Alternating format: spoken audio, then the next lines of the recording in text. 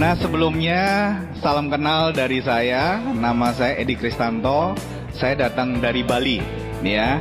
Di ruangan ini siapa yang belum pernah datang ke Bali? Keterlaluan. Cukup banyak ya Bapak dan Bu. Padahal Bali itu kan terkenal ya. Bahkan di kalangan turis-turis mancanegara, mereka punya pameo mengatakan, don't die before you visit Bali, gitu loh. Jangan mati dulu sebelum menginjakkan kakinya di Bali. Ya, lah kita ini loh orang Indonesia, masa ada yang belum pernah ke sana. Pengen nggak yang belum pernah ke Bali? Ya nanti Royal Weekend Anda ikut yang di Bali ya. Royal Weekend.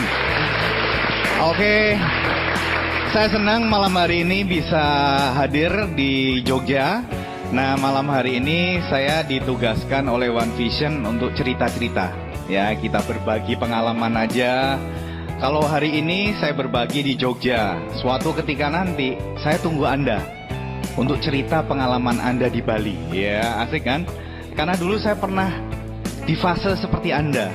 Saya juga pernah ikut pertemuan bersyarat dan saya dengerin juga suatu ketika hari ini kan terjadi. Saya yang sharing pada Anda ya. Nah, nanti Anda pasti juga akan bisa sharing. Saya tunggu juga nanti kalau Anda sudah melewati prosesnya, sehingga kita pingin sekali dengar cerita pengalaman sukses Anda ya.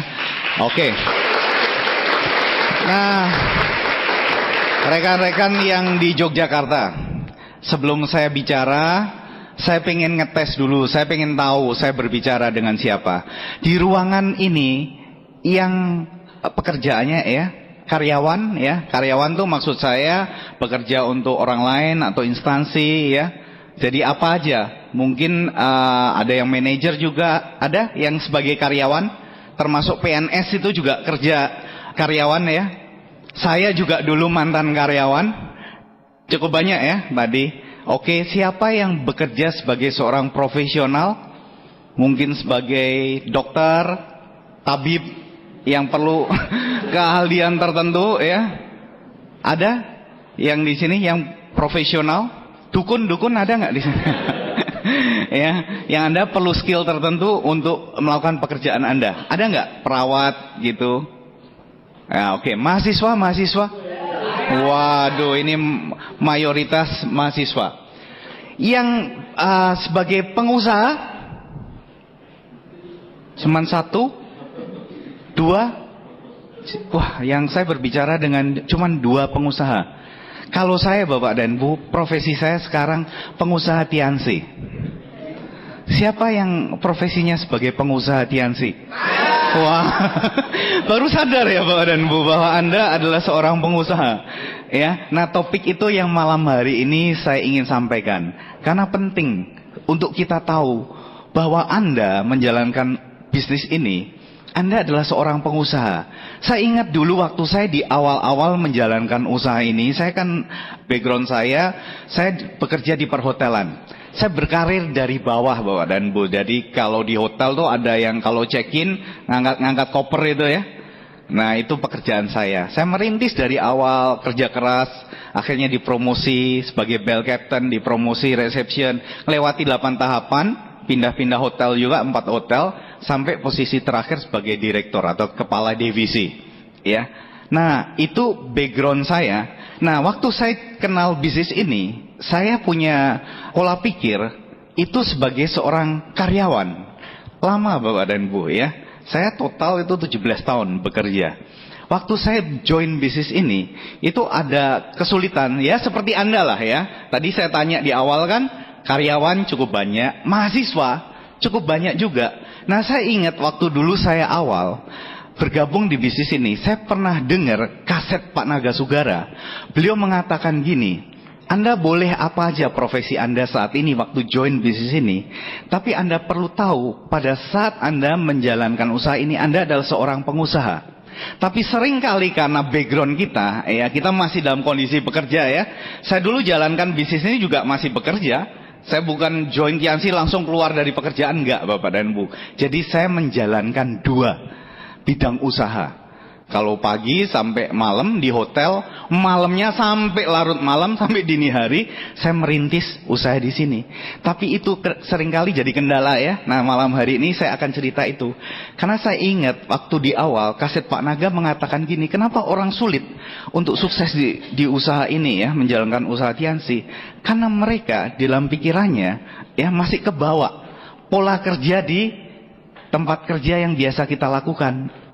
Nah, saat itu saya ingat Pak Naga mengatakan, apakah Anda seorang mahasiswa, bagi yang mahasiswa tadi, yang kebetulan pengusaha, atau Anda seorang pengusaha yang kebetulan mahasiswa? Saya tanya yang mahasiswa tadi. Ya, tepuk tangan buat Anda. Ya, luar biasa. Sama yang Bapak dan Ibu yang sebagai karyawan seperti saya tadi. Ya, tanya. Apakah Anda pengusaha yang kebetulan karyawan atau karyawan yang kebetulan pengusaha? Karena ini menentukan prioritas kita dalam menjalankan usaha ini. Ya, nah, saya akan berbicara tentang pindah kuadran ya. Saya yakin Bapak dan Ibu sudah semua baca bukunya Cash Flow Quadrant.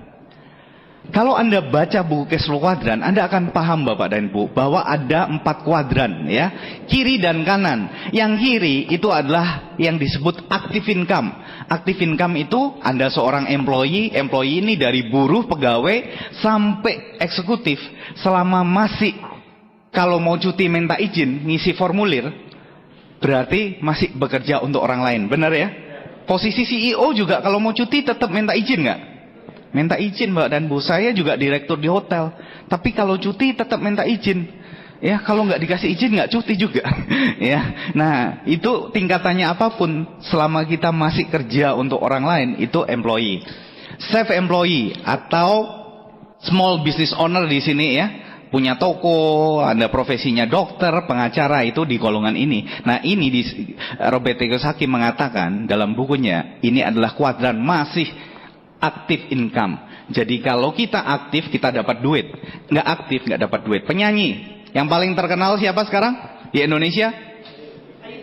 Ayu Ting Ting ya. Nah kalau suatu ketika Ayu Ting Ting kehilangan suaranya, bisa nggak dia dapat job? Dibayar nggak? Enggak. Jadi seterkenal apapun, kalau dia nggak nyanyi berarti nggak dapat penghasilan. Ya itu di kuadran ini. Nah yang menarik adalah di kuadran passive income. Nah Anda perlu perhatikan di kuadran ini itu ada business owner dan investor. Kesanalah kita seharusnya mengacu. Kita ada di kuadran kanan Bapak dan Bu. Saya mau tunjukkan pada Anda sebuah survei. Saya pernah membaca artikel yang sangat menarik mengatakan gini. Ini ekonom yang terkenal, dia mengatakan begini. Suatu negara dikatakan sebagai negara yang maju, yang mayoritas hidup penduduknya dikatakan makmur, adalah apabila ada minimal 2% pengusaha di dalam negara itu. 2%. Kita lihat contohnya. Bapak dan Ibu, di Singapura, menurut Bapak dan Ibu maju nggak? Yang pernah ke Singapura pasti Anda setuju ini negara maju. Jumlah pengusaha di negara yang kecil itu, Bali, Pulau Bali, masih lebih besar dibandingkan Singapura, negara Singapura. Tapi Singapura maju sekali. Ternyata karena di negara yang sekecil itu, jumlah pengusahanya ada 7%. Gak heran negaranya maju. Di Amerika, jumlah pengusahanya banyak Bapak dan Ibu. Totalnya 11%. Makanya negaranya maju, negara superpower. Sekarang kita lihat negara kita yang tercinta. Ya. Menurut Bapak dan Ibu, berapa persen jumlah pengusaha di Indonesia? 0,8. Berapa? 0,8 ternyata masih kebanyakan. Yang benar 0,18. Jadi jumlahnya 400.000 tok pengusaha. Nah Bapak dan Bu, saya tanya, bayangkan kalau jumlah pengusaha di Indonesia 2% aja, luar biasa nggak negara kita? Luar biasa. Nah malam hari ini loh, kalau Bapak dan Bu sadar Anda adalah seorang pengusaha, ya, Anda bisa berkontribusi untuk memajukan Indonesia. Jadi Anda ini adalah harapan bangsa, ya. Nah, yang menarik lagi, kenapa sih kok penting jadi pengusaha? Malam hari ini saya akan bicara banyak di situ. Saya 17 tahun karyawan loh Bapak dan Bu, dan saya jadi pengusaha itu ya jalankan bisnis ini. Saya jadi paham ini. Nah, kita berada di kuadran yang tepat. Pengusaha itu bikin negara maju. Jadi, ini survei mengatakan gini Bapak dan Bu, ini lagi ya. Ini fakta. Menurut Wealth Mastery di Singapura itu tahun 2005 pernah disurvei gini. 5% kekayaan yang ada di muka bumi ini, 5%-nya itu dikuasai orang-orang yang disebut ultra kaya. 5%-nya menguasai uang yang beredar itu 90%. Jadi uang yang beredar 90%-nya dikuasai hanya sekelompok kecil orang, 5%-nya saja. 95%-nya itu mencari sisanya 10%-nya tadi. Jadi 90% uang yang beredar di muka bumi ini hanya dikuasai oleh sejumlah 5% orang-orang ultra kaya. 95%-nya mencari 10%-nya tadi. Ya, Anda bisa bayangkan. Ya, jomplang sekali kan, benar. Nah, yang lebih luar biasa, 1%-nya itu menguasai 50% uang yang beredar di muka bumi ini. Wow, luar biasa ya. Nah, di survei ini juga dikatakan, seandainya seluruh uang di muka bumi ini dibagi rata ke seluruh penduduknya, itu masing-masing akan mendapatkan 2,4 juta US dollar. Kalau pakai kurs 10.000 dirupiahkan, masing-masing penduduk di muka bumi ini akan dapat 24 miliar. Jadi Anda dapat 24 miliar, Anda 24 miliar ya. Cukup nggak? Cukup. Cukup ya? Cukup. Oke. Ya, dikasih, dibagi rata lah biar nggak ada gap gitu loh. Ya, biar adil kan, merata. Nah, yang luar biasa, dalam 5 tahun kemudian uang-uang tadi itu yang diedarkan sama rata 24 miliar itu kembali lagi ke komposisi semula. Yang 5% menguasai 90% uang yang tadi ditransaksikan, 95%-nya mencari sisanya yang 10%. Kembali lagi Bapak dan Bu, yang tadinya punya duit jadi nggak punya duit lagi. Kembali lagi ke komposisi itu. Nah, saya mau katakan malam hari ini, Anda dan saya pengusaha, dan kita punya potensi paling besar untuk menciptakan kekayaan. Karena setelah diteliti, uang yang beredar ini, yang kalangan pengusaha, pemilik usaha, itu menyumbangkan 74% dari total kekayaan di muka bumi. 10%-nya itu dari kalangan profesional. 10%-nya lagi dari karyawan. Ya, ada CEO itu kan kaya-kaya ya. 6%-nya dari profesi-profesi yang lain. Jadi Bapak dan Bu, dari situ kita bisa lihat bahwa pengusaha ini benar-benar punya peluang yang sangat besar untuk menciptakan kekayaan. Jadi tidak mengecilkan profesi yang lain loh ya. Ada juga yang bisa kaya, bisa. Tapi jumlahnya dibandingkan yang pengusaha tadi masih lebih kecil. Paham maksud saya Pak dan Bu? Saya bicara statistik di sini supaya Anda paham bahwa Anda berada di jalur yang tepat. Nah, saya mau berbicara kepada Anda ya tentang pengusaha, atau istilah kerennya itu disebut entrepreneur ya. Kewirausahawanan ya. Nah, saya mau bicara di situ karena Anda dan saya adalah seorang pengusaha Tiansi.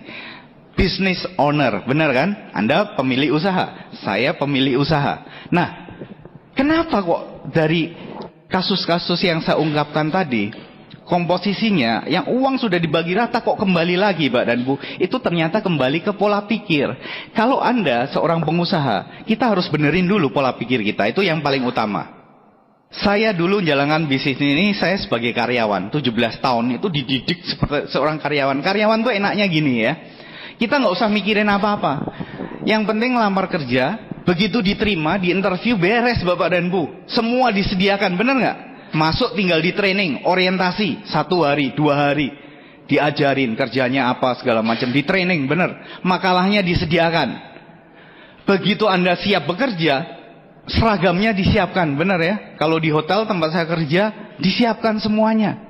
baju, celana, ya kalau di Bali pakai sabuk kain gitu, pakai udeng, semua disiapkan. Walaupun warnanya oranye saya nggak suka, saya tetap harus pakai, ya nggak ada pilihan, ya. Itu disiapkan, sepatu, kaos kaki disiapkan. Seingat saya nggak disiapkan, cuman celana dalam aja, ya. Nah, Mbak dan Bu, itu karyawan, enak kita disiapkan semuanya. Di sini saya jadi pengusaha, saya bingung pertama kali kalau ngadakan pertemuan harus bayar sendiri. Wah, sulit loh bagi saya. Saya nggak apa-apalah bayar. Gimana saya ngundang orang suruh bayar, ya? Itu pola pikirnya Bapak dan Bu, ya. Dulu disiapkan, sekarang apa-apa swadaya, usaha sendiri, ya. Nah, konsep itu yang saya perlu benahi. Tahu nggak Bapak dan Bu, waktu saya join bisnis ini, saya join bisnis ini itu gara-gara saya masuk referensi nama. Yang kenalkan saya itu orang yang saya nggak kenal sebelumnya. Ya, istri saya itu punya kakak, tinggal di Surabaya, kuliah di universitas swasta di sana, punya mantan dosen yang kebetulan waktu itu bintang 5 Tiansi. Yang mantan dosen kakak istri saya ini punya teman distributor Tiansi bintang 7 yang kebetulan ke Bali. Jadi lewat daftar nama itulah diketemukan kami, lewat telepon prosesnya, ya, nolak segala macam tapi akhirnya ketemu, ya. Jadi toh akhirnya saya gabung Mbak dan Bu. Jadi dari referensi nama. Jadi Bapak dan Ibu, Anda jangan pernah remehkan referensi nama. Itu sangat powerful. Kalau proses nolak, semua orang rasanya nolak, ya. Saya juga negatif sekali dulu. Saya usir langsung. Nggak saya kasih ngomong orang yang presentasi, ya. Pak, ini MLM ya? Iya, maaf Pak. Menurut saya karir saya bagus di hotel. Bisnis yang seperti ini Pak, this is not my way. Saya bilang gitu, ini bukan jalan saya. Jalan saya di hotel, karir saya bagus, cemerlang. Yang ini, wah sorry ya, seperti itu loh Bapak dan Bu, ya. Ada nggak yang negatif dulu? Siapa yang di ruangan ini yang dikenalkan Tiansi langsung, ini yang saya tunggu, kenapa lama-lama? Kenapa nggak dari dulu cari saya? Ada nggak yang seperti itu, orang super positif? Tolong ngaku lah Bapak dan Bu. Ada nggak? Ada nggak yang kenal Tiansinya sangat positif? Bener. Anda cari orang untuk dipresentasi atau dipresentasi langsung, ini yang saya tunggu gitu. Wah, tepuk tangan Mbak dan Bu, tepuk tangan, ya. Manusia langka tapi bisa sukses kan? Bisa Mbak dan Bu. Kita loh nggak perlu awal gabungnya gimana, yang penting Anda udah nyemplung itu aja, ya. Yang penting Anda sudah nyemplung di bisnis ini. Itu awalnya saya Bapak dan Bu, ya. Bisnis ini luar biasa, kenapa? Banyak hal. Istri saya amandel sembuh, 15 tahun diderita, kena produk Tiansi sembuh. Anak saya asma berat, ya. Saya sampai beli nebulizer loh di rumah. Kalau Anda asma berat, Anda uapin, kasih Ventolin, nah hilang, lega lagi. Pakai produk Tiansi. Istri saya amandel parah, dokter bilang angkat aja Bu, sembuh. Anak saya lepas dari nebulizer. Saya nggak suka bisnisnya Bapak dan Bu, tapi saya lihat produknya kok nyembuhkan. Ya, prosesnya sesederhana itu. Akhirnya cerita, katanya kalau mau beli produk supaya dapat diskon 15% kan, join aja Pak. Oh iya, nggak ada ruginya ya, saya join aja dapat 15%. Begitu sembuh, cerita-cerita Bapak dan Bu, kesaksian kan. Anda kalau tahu sesuatu yang baik kan, masa sih Anda nggak cerita-cerita? Berawal dari itu, ada yang join, ada yang join, ada yang join, ada yang join. Akhirnya saya Silver Lion. Oh, enak seperti itu ya? Nggak ada Bapak dan Bu, nggak ada seperti itu. Itu kan enak sekali ya. Oh, join, ngantri Mbak, formulir sendiri. Enggak, prosesnya juga sama seperti Anda ditolak, diusir juga. Nanti saya ceritalah ya. Saya cerita, prosesnya nggak seperti itu. Ya sama seperti yang Anda alami, ya. Tapi intinya Mbak dan Bu, nggak peduli apa Anda profesinya, yang penting toh Anda udah join. Jadi status Anda sama seperti saya dulu. Kita udah join. Nah, setelah join apa yang perlu? Pola pikir, itu yang penting untuk dibenahin dulu. Kalau kita seorang pengusaha, kita kan di kuadran ini. Kiri, mau pindah kuadran kanan, itu ada mental block. Ada yang kita mau melangkah itu ada beban di rantai kaki kita berat sekali gitu. Nah, jangan-jangan kita mau pindah kuadran, kita tahu ini bagus, tapi halangan-halangannya banyak. Nah, saya mau kasih tahu Anda malam hari ini, pola pikir Pak dan Bu, kita benahin dulu pola pikirnya. Kita adalah seorang pengusaha, kita harus punya kemandirian. Saya dulu malu dengan diri saya sendiri. Saya waktu datang ke stokis, upline saya kan di Surabaya. Saya dipandu dengan telepon. Pak, nanti datang ke stokis. Saya datang ke stokis dengan ngomong gini. Untung saya ini mau gabung di ANSI. Wah, kan? Langsung gabung, disuruh bayar formulirnya. Wah, saya bilang, loh, untung loh saya mau gabung, kok sudah gabung dipersulit. Bapak dan Bu, saya malu sekali. Dulu saya pikir saya gabung nih Tiansi untung loh. Ya, saya seperti itu. Jadi kok gabung disuruh beli formulir segala macam. Saya nggak ngerti. Itu pola pikir saya karyawan, semua harus disiapkan gitu ya nggak? Ya sederhana itu. Sampai lama-lama saya ngerti bahwa kita di bisnis ini, kita itu adalah pemilik bisnis.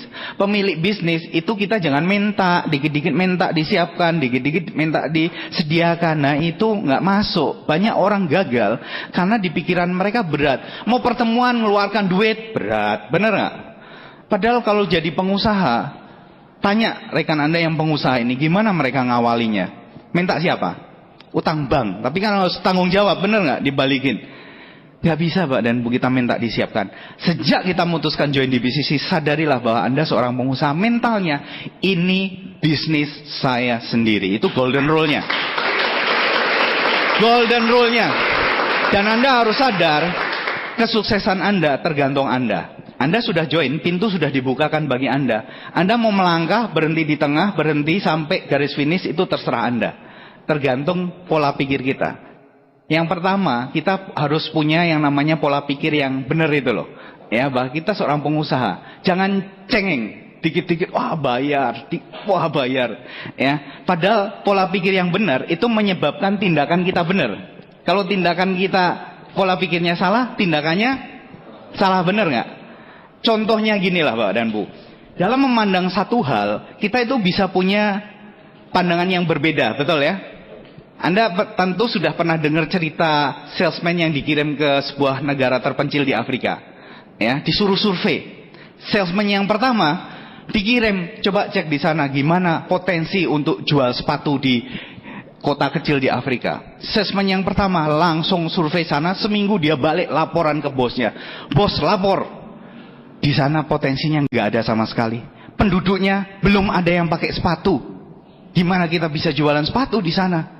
Percuma bos gitu. Nah, bosnya kirim salesman yang kedua ke tempat yang sama. Seminggu kemudian salesman kedua balik dan dia bilang, bos luar biasa, potensinya besar, belum ada yang pakai sepatu. Badan Bu, pola pikir kita mandang sesuatu hal gimana menyikapinya. Bisa jadi beritanya sama, tapi kita salah mengambil tindakan. Penting ya. Contohnya ginilah ya. Ya, suatu ketika yang cewek nih, ada seorang pemuda tiba-tiba datang ke rumah Anda membawakan bunga mawar. Cewek kalau dibawakan sekuntum bunga mawar gimana kira-kira? Loh kok Anda yang gini-gini, Anda kan bukan cewek ya? Di belakangnya aja. Kan belum pernah ngalami. Ya, yang cewek kalau Anda dibawakan sekuntum bunga mawar gimana? Melayang ya. Waduh. Itu yang positif. Tapi ada loh cewek yang dibawakan bunga mawar, pola pikirnya salah. Loh kan, dia bawain saya bunga mawar, dia pasti pengen saya tertusuk durinya. Dia pasti pengen mencelakai saya. Loh negatif, tetap negatif, benar ya? Sama-sama bunga mawar, pikirannya beda. Nah, oke, suatu ketika teman Anda datang siang-siang, bawain kotoran sapi ke rumah Anda, dibawain. Anda marah, kurang ajar nih. Dia menghina saya, bawain saya kotoran sapi. Ya negatif. Yang positif, dia bilang, loh kok kamu tahu saya perlu pupuk. Iya Bapak dan Bu, ingat ya, contohnya sesederhana itu. Pola pikir kita menentukan. Dari dulu zaman saya gabung, yang negatif banyak. Ada peraih luxury car, pindah MLM lain. Zaman saya dulu, 2004, sudah ada orang yang sudah berhasil dikatakan pindah. Ya, ada orang yang negatif banyak Pak dan Bu. 2007, wah gila-gilaan Tiansi bagi begitu banyak luxury car. 2010, wah tambah lama tambah banyak, benar nggak? Seandainya waktu saya ngawali itu, saya fokus pada orang-orang yang gagal, pada ada kok sudah terima mobil kok pindah MLM lain. Kira-kira saya terima mobil nggak? Nggak ya? Nah ingat, fokus kita mau dibawa kemana? Pola pikir kita menentukan. Tapi untung Bapak dan Bu, saya dulu fokus pada hal-hal yang positif. Pola pikir saya mengatakan ini kesempatan. Produknya bagus. Tergantung orangnya, mau negatif mau positif, mau menyikapi suatu kondisi gimana tergantung kita gitu. Nah, pola pikir ini yang menentukan sejauh mana kita akan melangkah. Tindakan kita ditentukan ini loh Bapak dan Bu. Anda semangat, Anda loyo, Anda lesu darah itu tergantung cara Anda mengolah informasi, benar ya? Nah, ini penting. Kalau Anda seorang pengusaha, Anda perhatikan itu. Karena pola pikir yang benar, tindakan yang benar itu menentukan hasilnya. Prosesnya itu sangat penting. Bapak dan Bu, saya kasih contoh gini lah. Di bisnis ini kan kita harus berproses, benar ya? Kita harus bertindak. Ngalami, yang gak enak-enak itu harus dialami. Ada gak yang join bisnis ini tanpa pernah mengalami penolakan? Saya heran Pak, sampai detik ini loh. Saya gak tahu ya, berkat Tuhan begitu indah. Tiap saya mau presentasi orang ngangguk langsung. Kayak terhipnotis seperti itu. Ada nggak yang seperti itu? Rasanya tidak Pak, dan nggak ada. Kita semua ngalami proses. Ada nggak enaknya banyak, benar ya? Banyak nggak enaknya Pak dan Bu. Proses itu nikmati saja. Kalau Anda sudah berproses dan Anda tetap bertahan, itu hasilnya akan luar biasa. Hasilnya akan luar biasa. Saya kasih contoh seperti inilah. Anda pernah dengar Donald Trump, apprentice, pengusaha real estate yang sangat terkenal. Dia pernah bangkrut. Waktu itu utangnya itu sampai 900 juta US dollar. Kalau dirupiahkan 90 triliun. Banyak nggak? Utang loh. Jadi saat itu semua yang ada di ruangan ini lebih kaya dari Donald Trump. Saya tahu Anda punya utang, tapi kan cuman paling mentok puluhan juta, ratusan juta kan. Donald Trump utangnya 90 triliun rupiah. Bangkrut, dia lebih kere daripada gembel itu loh Bapak dan Bu. Gembel nggak punya utang segitu. Donald Trump utangnya 90 triliun rupiah. Tapi dia bangkit. Kenapa? Karena dia punya pola pikir yang benar. Dia punya tindakan yang benar. Tindakan yang dilakukan terus menerus, tindakan benar yang dilakukan terus menerus itu menghasilkan skill, keahlian, benar nggak? Kalau Anda di awal nggak presentasi nggak bisa. Anda latih terus, Anda latih terus, latih terus, latih terus. Suatu ketika Anda akan mahir presentasi nggak? Pasti ya. Nah, itu yang dikatakan skill.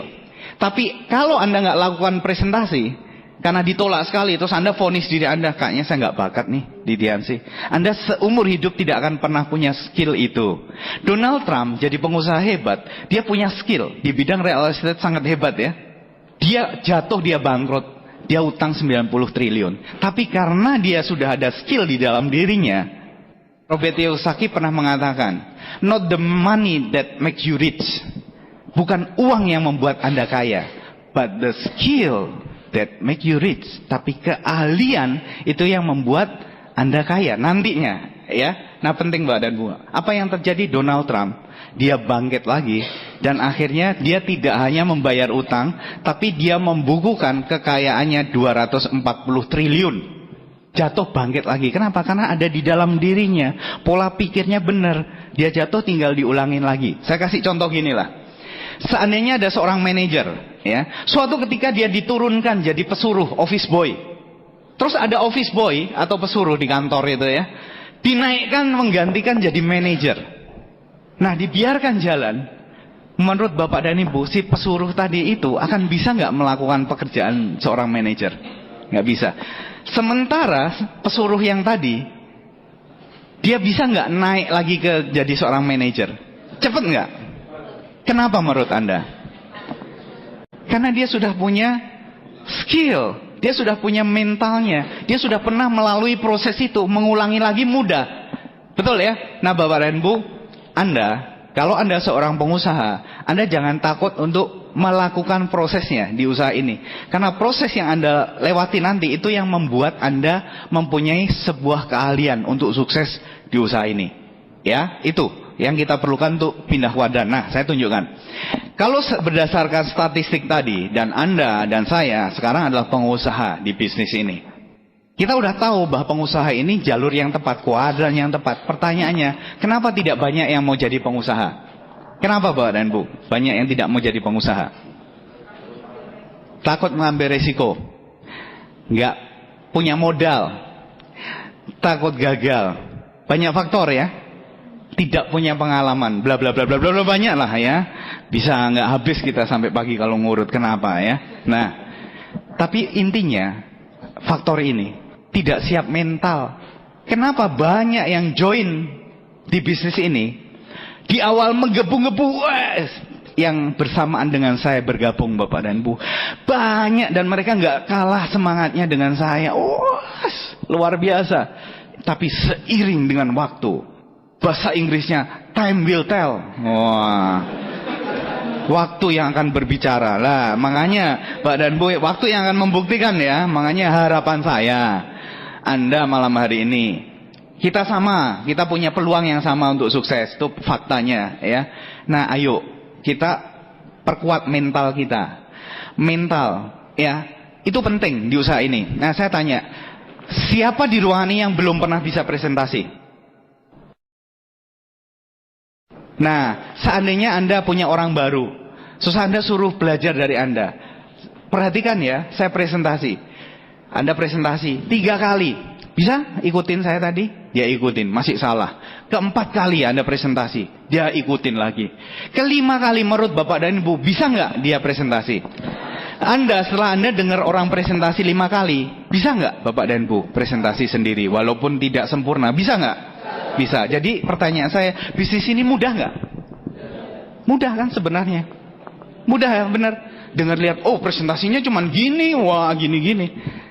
Mudah bisnisnya. Yang tidak mudah apa? Ya faktor mentalnya. Bisnisnya sederhana.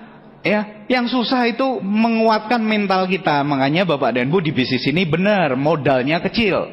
Mau sukses, modalnya sangat kecil. Modalnya adalah Anda punya mental baja. Anda harus kuat melewati proses-proses itu loh. Ini saya sampaikan ke Anda, siapapun loh ya. Anda jangan pikir saya, oh Pak Edi kan enak. Pak Edi kan direktur di hotel. Kalau direktur anak buahnya kan ratusan. Tinggal panggil semua, kumpulkan satu ruangan, dikunci, terus langsung disuruh registrasi semua. Yang nggak mau direprimen. Kalau 2 kali nggak mau juga, dikasih peringatan keras. 3 kali nggak mau, dipecat aja. Ya, kekerasan seperti itu ya. Bisa nggak Bapak dan Bu berhasil? Nggak mungkin ya. Mungkin join sekali, tapi setelah itu nggak mau jalan. Bener nggak? Di bisnis ini kan kita tidak naruh api di pantat ya. Kalau taruh api di pantat, wah kepanasan, dia lari, dia mau join. Tapi setelah itu nggak ada apinya, mosok kita manasi pantat orang terus, kan nggak mungkin ya. Di bisnis ini kita naruh api itu di dalam hati, benar, menginspirasi, memotivasi, membangkitkan semangatnya. Itu sulit loh. Tidak bisa pakai kekerasan. Ayo, join ya. Nggak bisa seperti itu. Saya sama seperti Anda.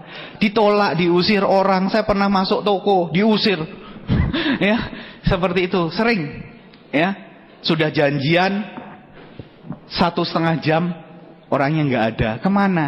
Keluar beli nasi pecel. Loh kok pas gitu loh, di tempat, di jam yang kita udah janjian, dan lama nggak balik-balik. Bapak dan Bu, saya punya posisi yang cukup bagus di kantor menurut saya, dan saya ngelewati proses itu ya.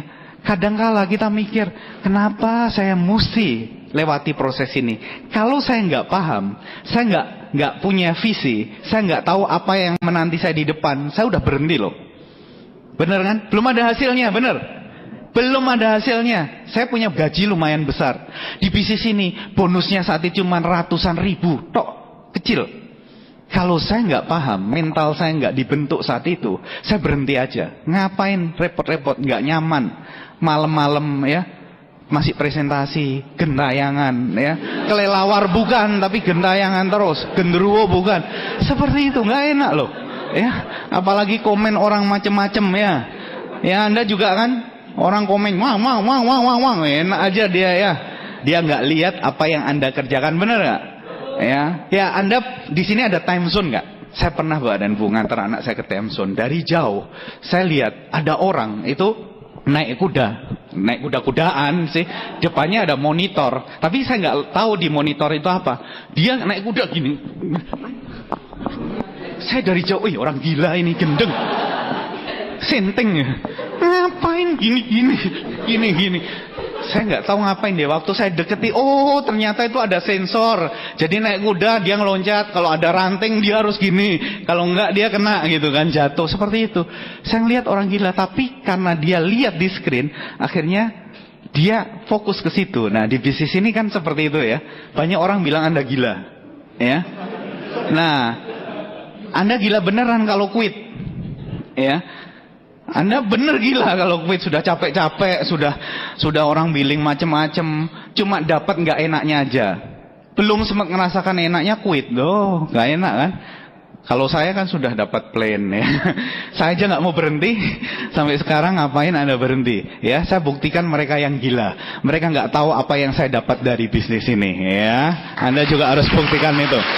Oke, Pak dan Bu. Masalah mental penting banget. Proses itu mendewasakan Anda, memperkuat mental Anda. Kenapa orang nggak jadi pengusaha? Kenapa nggak sukses? Karena begitu ditolak sekali, tek langsung vonis. Waduh, nggak enak loh. Ditolak seperti ini. Ya itu. Ya, grup sudah sempat join ya OP, ngajak orang datang. Wah senang sekali dia. Wah semangat. Minggu kedua mulai nggak datang, di telepon nggak ngangkat segala macam, mulai loyo. Duduknya yang tadinya semangat langsung delosor. Ya. Kehilangan semangat ya, Bapak dan Ibu, mental. Itu proses. Jangan itu sementara kan. Akan jadi permanen kalau kita berhenti di situ ya. Proses itu akan jadi benar-benar kegagalan saat kita berhenti. Ya ini mentalnya yang dikuatkan ya. Nah, yang penting kita harus yakin. Di bisnis ini faktor keyakinan penting, Mbak dan Bu. Kita belum dapat apa-apa. Saya waktu join sama seperti Anda, saya belum terima apa-apa loh. Bonus saya masih ratusan ribu rupiah. Bonus saya pertama cuma 248.000 kalau nggak salah. Ya, seperti itu Mbak dan Bu. Nggak bisa dibandingkan, belum kelihatan. Kalau saya nggak yakin saya bisa sukses, saya berhenti saat itu. Tapi saya mendapatkan keyakinan saya. Anda kan datang juga di Vision Seminar ya. Saya juga datang. Di Vision Seminar saya lihat ada orang mahasiswa, oh hebat, lulus kuliah aja belum, jalankan Tiansi sambil kuliah, sudah bintang 8, bonusnya 27 jutaan, sudah dapat mobil mewah BMW kalau nggak salah saat itu. Saya mikir loh, saya kerja puluhan tahun ya, saya kerja sampai muntah-muntah loh di tempat kerja. Saya pernah kerja double shift muntah. Anda ketawa ya, saya muntah-muntah beneran. Itu kerja keras. Dia itu loh mahasiswa enak aja, jalankan Tiansi sambil kuliah aja belum lulus. Kok bisa dia sukses? Hari itu saya kayak ditamparin, pok. Dan saya ambil keputusan Bapak dan Bu. Itu reference point saya, titik acuan saya. Saya bilang, kalau dia bisa, seorang mahasiswa, belum lulus, belum pernah kerja, bisa dapat luxury car. Saya, Edi Kristanto, saya pasti bisa. Titik. Udah. Itu reference point saya, ya. Anda perlu ketemu yang seperti itu dan harus serius. Jangan Anda, kalau dia bisa, saya juga pasti bisa. Besok pasti bisa gagal. Nah, udah nggak nongol lagi ya. Bukan seperti itu ya. Anda pasti bisa sukses. Anda dapatkan titik acuan Anda yang mengatakan dia bisa, saya percaya saya juga bisa. Penting Mbak dan Bu. Upline Anda percaya Anda bisa sukses. Pertanyaan besarnya, percayakah Anda juga bisa sukses di usaha ini? Anda yang harus jawab. Kalau upline Anda yakin, upline saya, Pak pasti bisa Pak, pasti bisa. Bapak, woi bisa Pak. Upline saya loh kok dia lebih yakin daripada saya, ya. Tapi apakah Anda merespon dan mengatakan saya pasti bisa? Mantap. Anda perlu dapatkan reference point ini. Saya sharing dengan Anda aja. Di Bali cukup banyak Mbak dan Bu yang sukses. Dan latar belakangnya bukan yang orang, kan banyak orang di luaran bilang, oh kalau dia terpelajar, dia sarjana, lebih gampang sukses lah. Kalau dia manajer, dia dokter, lebih gampang sukses lah. Padahal yang enggak seperti itu. Setiap orang punya tantangannya masing-masing kan? Iya kan? Nah, di Bali saya senang karena beraneka macam profesi, latar belakang itu bisa. Saya sharing dengan Anda yang terakhir-terakhir ini. Di Bali sudah ada sekitar, kalau nggak salah 25 peraih mobil mewah ya. Jadi segala macam profesi ada di Yogyakarta banyak juga kan. Faktanya sudah ada gitu loh. Nah di Bali yang baru-baru ini, ya saya selalu semangat sampai detik ini. Kenapa? Karena saya melihat orang kehidupannya berubah. Dan yang lebih menyenangkan saya, ini beberapa downline saya, grup saya, ya. Latar belakangnya Pak dan Bu. Lah ini ya, ini Bu Wayan Sunarti. Keren kan, rambutnya udah di blow. Wah, ini New 6 naik, dapat free trip ke Cina. Profesinya apa? Jualan ikan pindang di pasar. Sebelum New 6, sebelum maju ke panggung, rambutnya masih diikat karet, ya, bau ikan, jualan ikan di pasar. Anda tahu, beliau yakin dia bisa. Saya mau hidup saya berubah dan nurut sama apanya, jalan presentasi ke sana kemari, dibilang dagang obat, dibilang radio rusak. Sudah diam kamu tukang ikan kok mau dibilang macam-macam, tapi beliau percaya apanya dan percaya bahwa dia mau berubah. Dia jalan terus. New 6 diumumkan namanya, peraih free trip ke Cina. Wah, luar biasa Pak dan Bu. Waktu berita itu tersebar di pasar di daerah Belah Batu, pasar itu gempar. Beliau cerita, di pasar gempar katanya. Kok tukang pindang bisa berangkat ke Cina? Wah, luar biasa ya. Seperti itu. Nah, sebelahnya ini pedagang asong, bawa dagangannya di pasar juga. New 6 terima trip ke Cina Mbak dan Bu. Luar biasa. Saya ingat anak saya belajar bahasa Mandarin. Gurunya pinter, orang Indonesia. Wah, kalau ngomong segala macam. Saya nggak bisa bahasa Cina. Makanya anak saya leskan di guru yang terbaik. Saya pernah ngobrol sama gurunya. Wah, hebat, fasih bahasa Mandarin. Saya tanya, sudah berapa kali ke Cina? Belum pernah. Pinter bahasa Cinanya, tapi belum pernah ke Cina. Saya waktu lihat ibu-ibu ini, saya ingat kejadian itu. Hebat sekali ya bisnis ini. Orang yang belum bisa bahasa Cina, jangankan bahasa Cina, bahasa Indonesia aja masih campur-campur sama bahasa daerah, bisa memberangkatkan mereka-mereka ini loh ke Cina.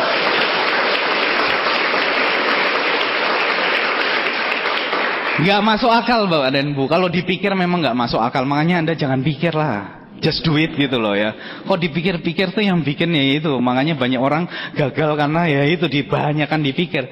Lakukan aja. Selalu kalau Anda nggak sukses, orang lain yang akan ngambil kesempatan itu. Faktanya seperti itu. Ya, Anda temukan reference point ini loh. Saya nggak tahu apakah ini menginspirasi Anda, tapi banyak di grup saya, ya, ada kepala dusun itu kaki silver saya ya, bintang 8.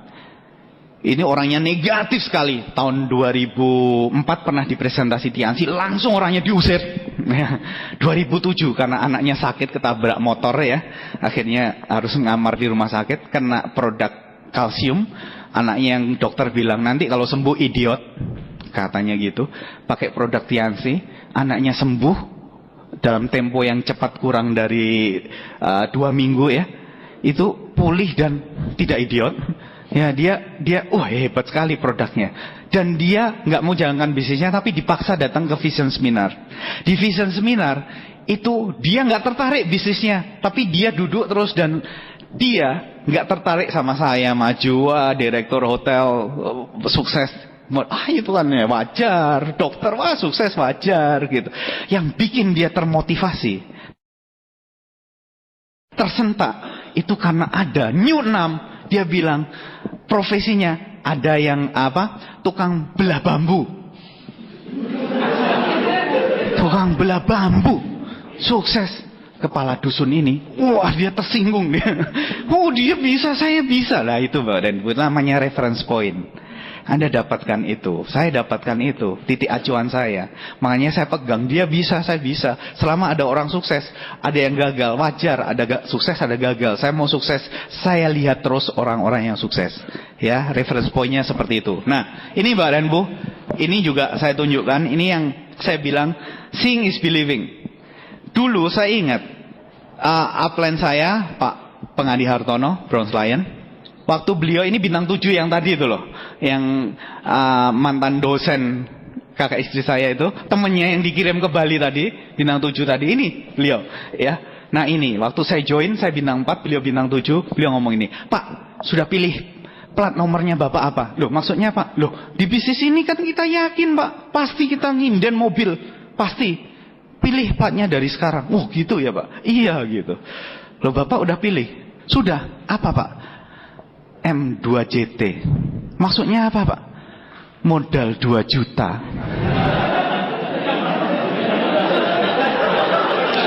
Bapak dan Ibu, kejadian. Orang bilang gila ini. Masih jauh gitu, tapi visi, ya enggak? Dipikir dulu baru menjadi kenyataan. Saya juga pilih Bapak dan Ibu. 604 IT bacanya Go Void. Karena saya memiliki keyakinan siapapun dari Anda, dari kita, kalau kita yakin dan kita percaya, kita akan bisa mewujudkannya. Ya, Go Void.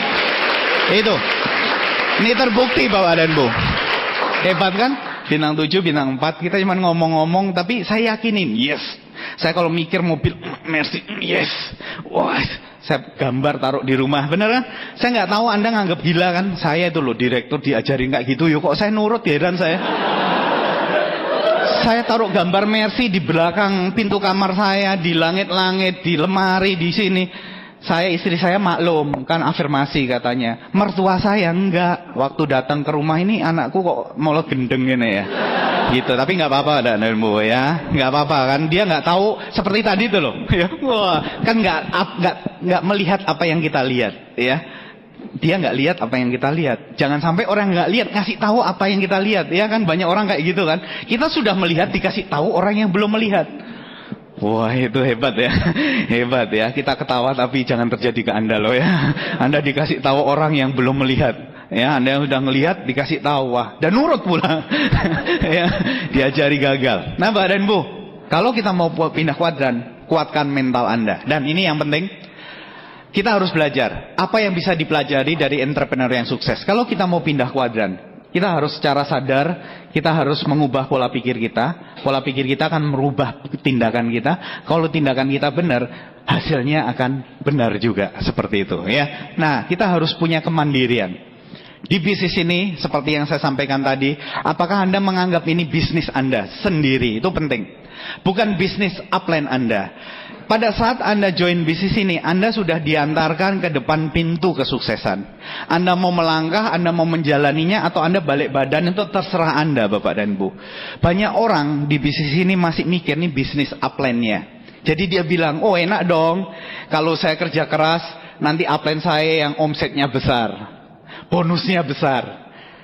Ya, Anda nggak usah ini deh Bapak dan Bu, saya bisa membaca pikiran Anda. Ada beberapa mungkin yang mikir seperti itu. Karena dulu saya di awal juga mikir gitu, wah enak deh Pak ya. Kalau omset Bali besar kan Bapak bonusnya besar. Saya loh Bapak dan Bu dulu mikir seperti itu, salah besar kan. Seiring dengan waktu saya benahin Bapak dan Bu. Kalau kita pemilik bisnis, kita akan tahu bahwa bisnis ini milik kita sendiri. Kita harus mandiri. Anda mau datang ke vision seminar, Anda nunggu upline, tanya, saya perlu berapa bawa orang? Boleh nanya seperti itu. Tapi jangan sampai upline ngingetin terus, ayo bawa lagi. Enggak Bapak dan Bu. Begitu saya paham konsepnya, bahwa bisnis ini adalah saya ke bawah, saya bertanggung jawab. Saya mau jadi pemilik bisnis yang mandiri. Yang saya lakukan dulu gini, saya datang vision seminar, sudah lumayan besar Bapak dan Bu di Bali. Dan saya tahu bisnis saya adalah saya ke bawah. Iya, saya bisnisnya upline, tapi saya bisa menyalip upline, boleh kan? Mendahului peringkat upline itu di sini legal, halal, boleh. Itu boleh Pak dan Bu. Dan saya semangat sekali. Jadi saya tiap OP rame, saya nggak lihat ramenya, saya lihat berapa grup saya yang datang di OP. Ya, kalau PM producer meeting pertemuannya rame, saya nggak peduli berapa rame. Saya akan senang kalau grup saya cukup banyak di situ. Setengahnya grup saya baru senang gitu ya.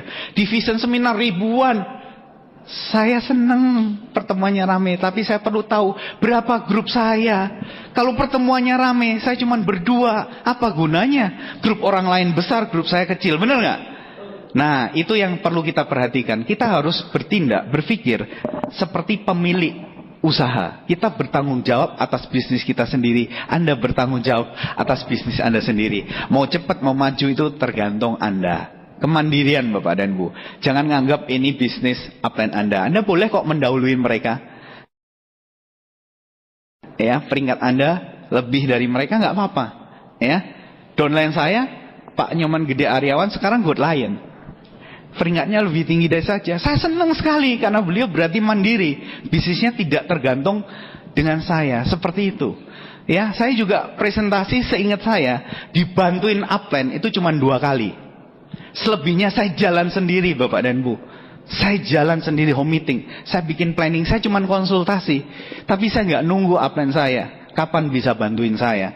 Karena kalau upline saya sibuk, kan bisnis saya berhenti mengikuti upline. Upline kan bisnisnya banyak di luar saya, bener nggak?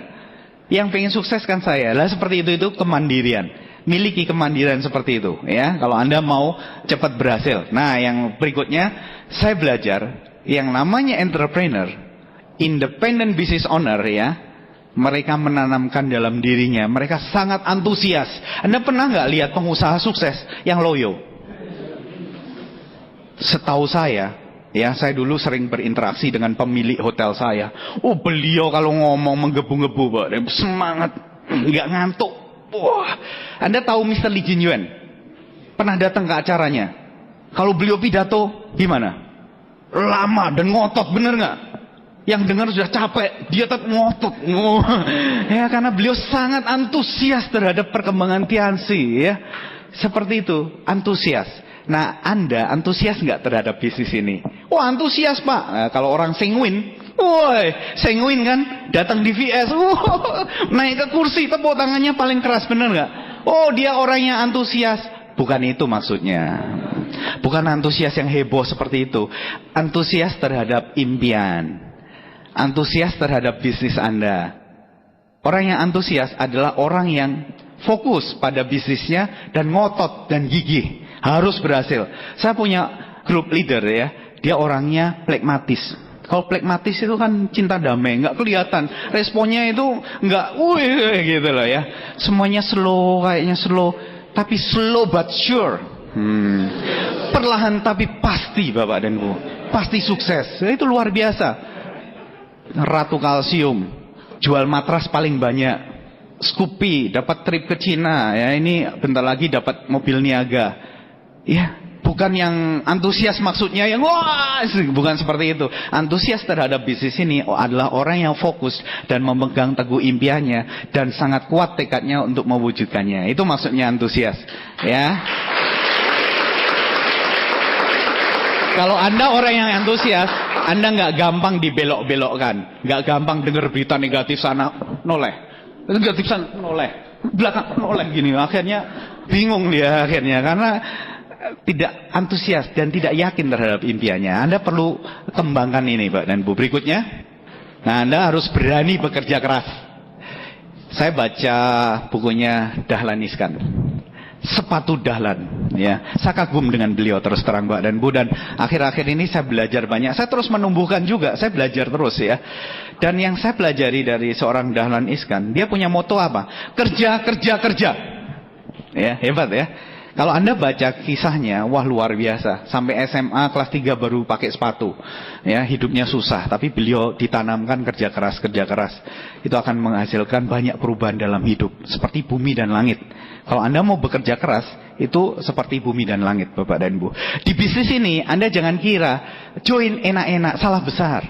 Saya tahu pasti, Bapak dan Bu, kalau mau sukses dalam bidang apapun, kita perlu yang namanya kerja keras. Jadi kalau Anda mengharap sukses di bisnis ini nggak kerja keras, salah besar. Tapi yang enak di bisnis ini kerja kerasnya tidak selamanya. Anda menciptakan, membangun sebuah kerjaan bisnis yang menghasilkan passive income nanti. Dimulai dari kecil. Anda proses membentuk mental kan. Anda mau pindah kuadran, pola pikirnya dibenari dengan tindakan. Anda kuatkan mentalnya seperti itu. Perlu kerja keras dan ngotot. Saya pulang kerja itu jam 7 malam. Setiap hari, karena saya pengen bisnisnya cepat, saya bikin janji, kalau nggak one on one, home meeting. Saya tiap hari, ya, tahun pertama saya jalankan bisnis ini, saya kalau pulang selalu paling cepat tuh jam 11 malam lah. Jam 1 pagi, ya lumayan sering. Besoknya jam 8 pagi saya masuk kerja. Menurut Bapak dan Bu capek nggak? Capek sekali, Bapak dan Bu. Tapi saya antusias terhadap impian. Saya sudah lihat buktinya, saya mau kerjakan. Saya sering kali pulang, ya, lihat toleh kiri kanan sepanjang jalan, rumah-rumah sudah gelap semuanya, ya. Kita sendiri naik mobil pulang, masih jauh, ya, masih 1 jam lagi. Kalau masih ada yang nyala pasti nonton bola ya. Seperti itu. Kadang kita mikir, ngapain kok gentayangan jam segini, ya nggak? Kadang Anda mikir, hasilnya belum kelihatan kan? Tapi Bapak dan Bu, saya percaya, saya udah lihat buktinya. Kita cuma perlu kerja keras. Saya selama mengerjakan bisnis ini, dulu kita rutin ya, karena saya pengen cepat berhasil. Dan seingat saya nggak pernah mandi Bapak dan Bu. Mandinya cukup sekali. Karena pulang kerja langsung kita presentasi, kita langsung OP, mana sempat mandi ya. Ganti pakaiannya kalau OP ya, minggir yang gelap-gelap ganti gitu ya. Teman-teman yang naik motor ya naik motor ditaruh tas kresek gitu ya. Terus cari kalau tempat OP-nya nggak ada toilet ya cari restoran terdekat lah atau warung-warung gitu ya, masuk. Tak begitu keluar tak, sudah ganteng. Ya, seperti itu berubah gitu ya. Seperti itu, kami semua melewati proses yang seperti, dan menurut saya itu kerja keras yang dilakukan terus-menerus Bapak dan Bu. Itu faktanya. Kalau Anda mau sukses di usaha ini, Anda kerja keras. Jangan takut kerja keras. Kerja kerasnya nggak lama-lama, itu enaknya. Berikutnya yang perlu kita lakukan adalah mengasah gergaji. Mengasah gergaji ini gini. Tadi Anda lihat beberapa rekan saya di Bali, itu kan latar belakangnya aneh-aneh ya. Ada tukang panjat kelapa loh. Profesi juga. Tiap hari cuma naik pohon kelapa manjatin ya, ngambilin kelapa ada. Sekarang bintang 6, hebat-hebat loh. Nanti profesi-profesi yang aneh-aneh itu nanti akan muncul banyak sekali ya. Tukang ikan, semuanya bisa sukses. Yang saya suka di bisnis ini, Anda dan saya punya kesempatan yang sama. Cuman ada kata sukses. Kalau belum sukses, belajar. Kalau Anda lakukan, Anda belum sukses, belajar lagi. Suatu ketika Anda akan sukses. Hukumnya cuman seperti itu. Kita asah terus gergaji. Yang luar biasa di bisnis ini kita ada yang membimbing. Ada support system. Ada upline. Ada pendidikannya begitu banyak. Ada netpi, ada buku, ada pertemuan. Yang semuanya itu diadakan, ada tujuannya. Karena pertemuan itu penting, dan saya tahu pertemuan itu penting. Karena kita bisa belajar Bapak dan Bu. Kita asah terus gergaji. Kalau gergaji diasah jadi tajam dia. Motong kayu lebih cepat, tapi kalau nggak pernah diasah ya nggak bisa. Saya kasih perumpamaan seperti ini ya. Kalau ada biji kopi, masih biji, dijual murah nggak? Murah. Kalau dia sudah ditumbuk jadi kopi tubruk, harganya lebih mahal nggak? Lebih mahal. Kalau dia masukkan sachet seperti Nescafe, lebih mahal nggak? Lebih mahal lagi Bapak dan Bu. Kalau dia dijual di Starbucks, lebih mahal nggak? Lebih mahal. Sama-sama kopi. Tapi ada nilai tambahnya. Jadi harganya berbeda. Coca-Cola 1 botol. Kalau beli di warung harganya berapa? 5.000, benar nggak? Kalau Anda ke depot harganya sudah 15.000. Kalau Anda beli Coca-Cola 1 botol di hotel tempat saya kerja dulu, itu harganya 50.000. Botolnya sama, kok bisa harganya beda? Apa yang membuat berbeda? Tempatnya, lingkungannya. Kenapa kok orang-orang yang tadi latar belakangnya aneh-aneh tadi itu bisa berhasil di bisnis ini? Karena mereka mau belajar, satu. Mereka mau mengasah gergajinya. Mereka mau menumbuhkan potensinya. Kedua, One Vision menyediakan lingkungan yang membuat mereka bisa berhasil. Sean dan Regina, Indonesian Idol. Wah, siapa pilih Sean? Siapa pilih Regina? Ya, Bapak dan Ibu. Waktu mereka audisi, kan biasa-biasa aja ya. Tapi mereka asah terus kemampuannya. Disediakan panggung. Mereka menyalurkan bakatnya. Jadi hebat nggak mereka? Jadi hebat. Nah Bapak dan Bu, di bisnis ini, Anda dan saya, itu sudah disediakan. Kita bisa belajar. Kita menumbuhkan potensi kita terus menerus. Nilai tambah kita diperbesar. Saya punya grup ya, macam-macam. Ada salah satunya penerima, ini grupnya Pak Nyoman Aryawan, tapi saya persis tahu tumbuhnya gimana. Itu penjaga loket parkir, ya, Pak Nyoman Budiade. Waktu bintang 4, waduh dan Bu, pakai kaos saja datang ke OP kebalik loh kaosnya. Kalau zaman sekarang kan jahitan di luar kan wajar, benar ya, dicari dibeli. Kalau zaman dulu dibikin orang gila gitu ya, ya. Terus pakai sandalnya udah bolong, datang ke OP pertama kali seperti itu, penjaga loket parkir. Tapi beliau akhirnya termotivasi. Dia nggak mau anaknya miskin, turunannya juga miskin. Dia lihat ini sebagai sebuah solusi. Pertama kalinya 4 impact, gemetar. Ya, Cuma nama dan latar belakang kebalik-balik. Ya, nama penjaga loket parkir. Nah, pekerjaan Nyoman Budiade ngomong gitu aja kebalik-balik. Mending kebalik Bapak dan Bu, sampai ngompol dia. Loh, ini kisah nyata beneran. Nggak bisa ngomong. Sekarang pembicara yang hebat loh, peraih mobil mewah tahun 2010. Kenapa bisa seperti itu? Karena dia mau mengasah gergajinya, dia mau menambahkan nilai dalam dirinya, terus-menerus belajar, nurut, nepi, baca buku. Ya kalau loket parkir baca buku, wah banyak. Cash flow kuadran dia udah baca, Anda belum kan? Ya. Terus pertemuan dilahap semuanya. Ya. One Vision dan Tiansi menyediakan panggungnya seperti Indonesian Idol tadi. Bakat saja tidak cukup kalau tidak ada panggungnya. Benar nggak Pak dan Bu? Ya seperti itu. Perpaduan yang sempurna jadi hebat nggak Anda? Jadi hebat. Seperti itu. Kalau Anda terus-menerus punya kemauan untuk mengasah gergaji Anda di bisnis ini, ya.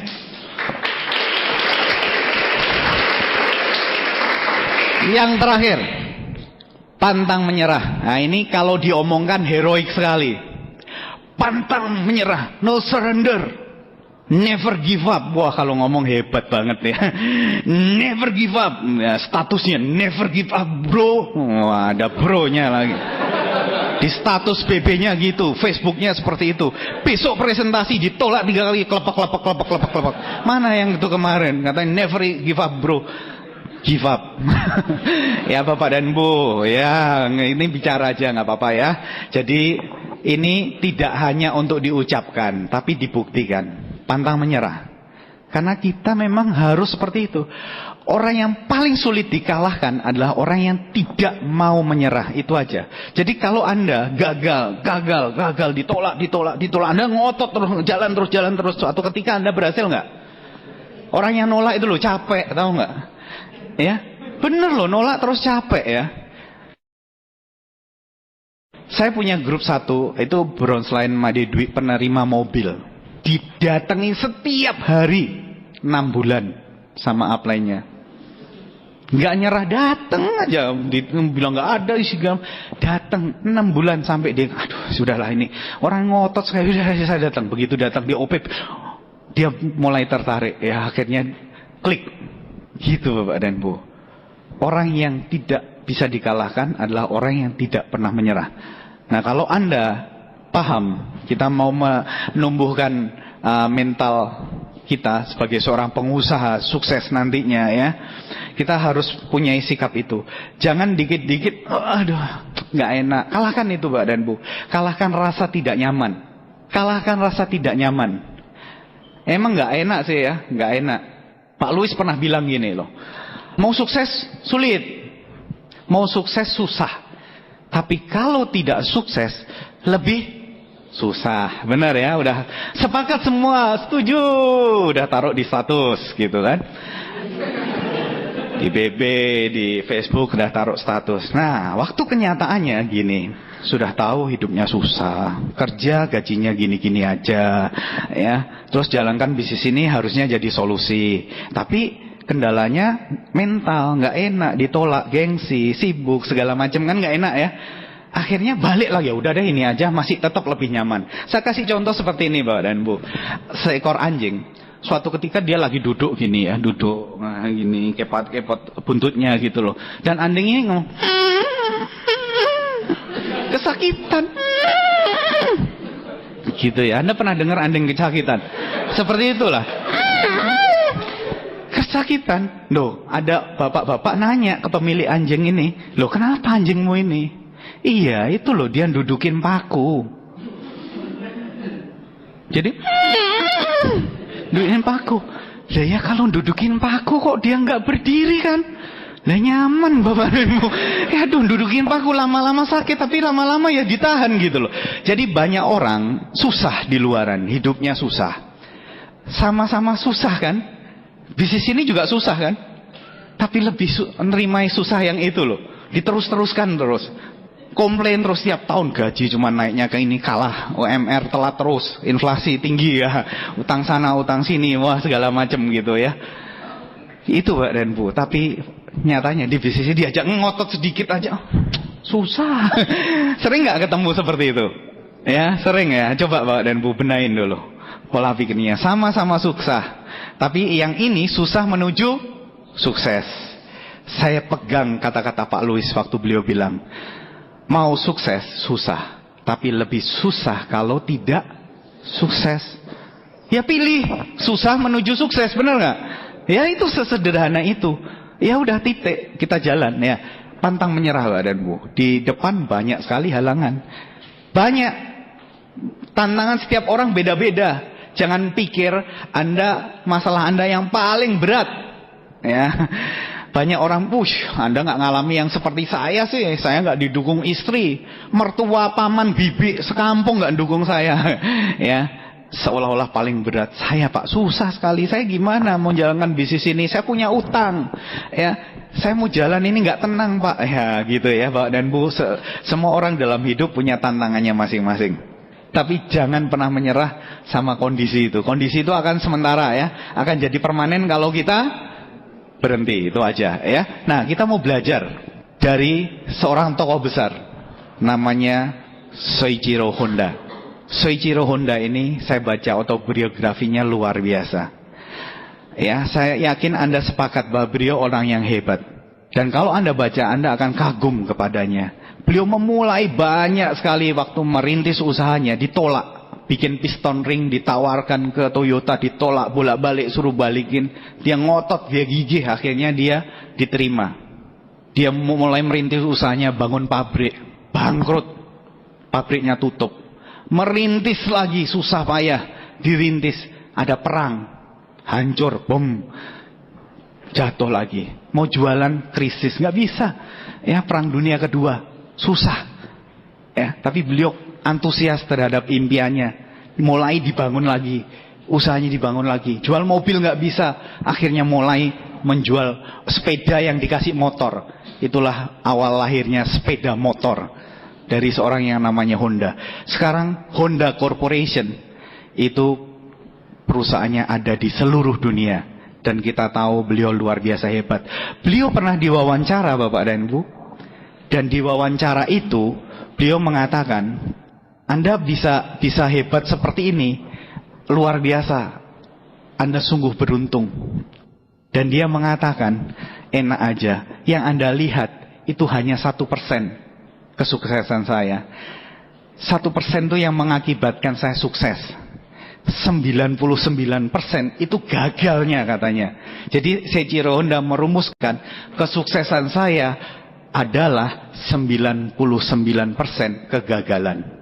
99% failure dia bilang. Yang membuat saya sukses karena saya menghadapi kegagalan dan saya juga nanti kalau Anda sudah melewati prosesnya sehingga kita pingin sekali dengar cerita pengalaman sukses Anda, ya.